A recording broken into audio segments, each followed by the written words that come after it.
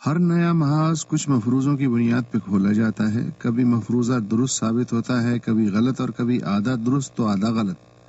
Team Modi کی جانب سے بلوچستان اور کشمیر کو ایک پلڑے میں رکھنے کا فیصلہ بھی کچھ مفروضوں کی بنیاد پہ کیا گیا ہوگا. شاید یہ سوچا گیا ہوگا کہ پاکستان کی توجہ کشمیر سے بٹانے کے لیے ایک نئی مصروفیت تھما دی جائے.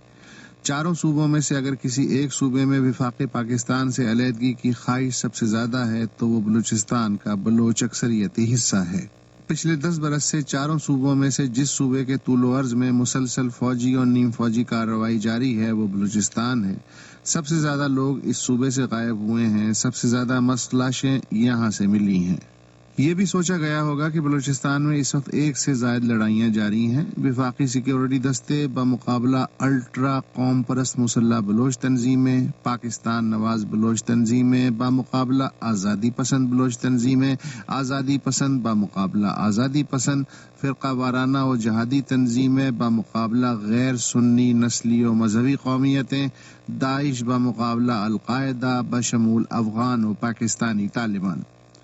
نیز ٹیم مودی نے یہ بھی سوچا ہوگا کہ جس نسلی گروہ میں افغانستان، افغان طالبان یا افغان مہاجرین کے لیے نرم گوشہ پایا جاتا ہے وہ بلوچستان کے پشتون ہیں. لہذا بلوچستان ایک مثالی چولہا ہے جس پہ جارحانہ علاقائی پالیسی کی دیکھ چڑھا کے پاکستان کو آگے پیچھے سے انگیج کیا جا سکتا ہے. مودی کی نئی حکمت عملی کے معماروں نے شاید یہ بھی سوچا ہو کہ پاکستان کا کشمیر کو اپنی شہرک کہنا ایک تاریخی رومانی تعلی ہے، مگر 2016 کے پاکستان کی اصل شہرک چین پاکستان اکنامک کوریڈور ہے، اور اس شہرک کو بچانے کے لیے گھبرایا ہوا پاکستان بلوچوں کو جتنا دبائے گا اتنے ہی وہ اسپرنگ کی طرح اچھلیں گے اور بھارت اس اسپرنگ کی غلیل بنا سکتا ہے. ایسی صورت میں پاکستان کو کوریڈور کا منصوبہ بچانے کے لیے بلوچستان یا بلوچوں میں سے کسی ایک کا انتخاب کرنا پڑا تو پاکستان بلوچستان کا انتخاب کرے گا. چنانچہ بلوچ اپنی نسلی و علاقائی بقا کے لیے ان قوتوں کی جھولی میں آ جائیں گے جو پاکستان کا اقتصادی ٹیٹوا دبانا چاہتی ہیں. بھارت کو شاید یہ بھی امید ہو کہ مشرقی پاکستان کے ڈسے کو بلوچستان کی رسی سے ڈرایا جا سکتا ہے، لیکن یہاں پاکستان کو کچھ قدرتی آسانیاں میسر ہیں.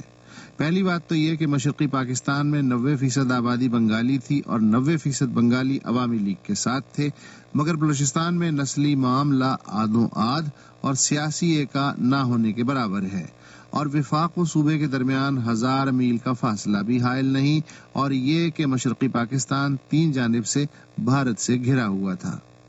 افغانستان میں اتنا تپڑ نہیں کہ وہ بلوچستان میں فیصلہ کن مداخلت کر سکے، اور ایران میں بھلے کسی کی حکومت ہو ہرگز نہیں چاہے گی کہ پاکستانی بلوچستان الگ ہو، کیونکہ اس کے فوراً بعد ایرانی بلوچستان میں یہ سنائی دے گا کہ ہم کیوں نہیں.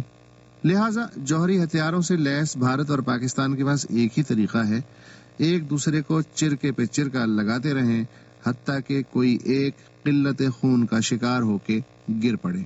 مگر بلوچستان میں جو کچھ تھا ہے یا ہوگا سب غیروں کا ہی کیا دھرا ہے کیا؟ یا اپنوں نے بلوچستان کو ایسی جگہ کھڑا کر دیا کہ کوئی بھی راہ چلتا اس سے بے تکلف ہو جائے؟ کتنے بچے ہیں جو مسلسل مار پیٹ سہتے رہیں مگر گھروں سے نہ بھاگیں یا بھاگنے کے بارے میں نہ سوچیں، بھلے انجام کچھ بھی ہو. ایسے بچوں کو کیسے روکا جاتا ہے؟ پاؤں میں زنجیر ڈال کے یا کمر میں ہاتھ ڈال کے؟